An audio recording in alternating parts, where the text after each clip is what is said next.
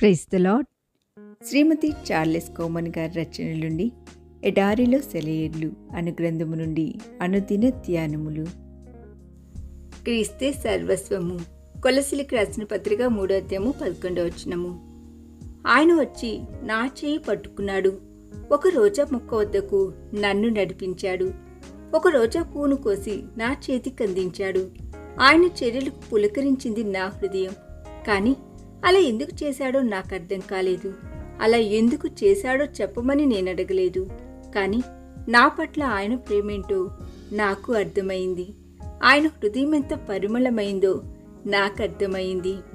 భూమి మీద కోటాను కోట్ల రోజాలున్నాయి. వాటి అందాలను చూసి మనం పరవశించిపోతాం. సృష్టి అందాలు ఎన్నెన్నో, ఎత్తైన కొండలు, గలగల పారే సెలయేళ్లు, ప్రశాంతంగా ప్రవహించే నదులు, నిమ్మలమైన సరస్సులు, సువిశాలమైన సముద్రాలు, నింగిలో విహరించే పక్షులు, నింగిన కదలాడే మేఘమాలలు, ఎత్తైన చెట్లు, చిన్న చిన్న మొక్కలు. ఆహా, సృష్టి అందాలు ఎన్నెన్ని! ఇవన్నీ మానవునికి సృష్టికర్త ఇచ్చిన బహుమానాలే.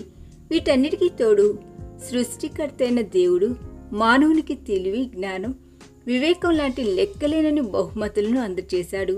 వాటితో మానవులమైన మనం చరిత్రలు సృష్టిస్తున్నాం, భవంతులు నిర్మిస్తున్నాం, కళాకృతులను తయారు చేస్తున్నాం, కవితలు అల్లుతున్నాం, జ్ఞాపకాలకు రూపుదిద్దుతున్నాం.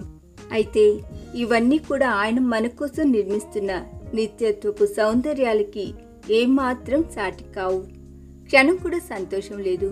నిరాశజనకంగా సాగుతోంది జీవితం. కానీ లోనెక్కడో కనిపిస్తోంది కాసింత సంతోషం. కారు చీకట్లలో వెలుగుతున్న చిరు దివ్వెల. ఆ కాసింత సంతోషం దేవుడిచ్చిందేనేమో. సంపూర్ణ సంతోషం ఆయన వద్దనే ఉంది.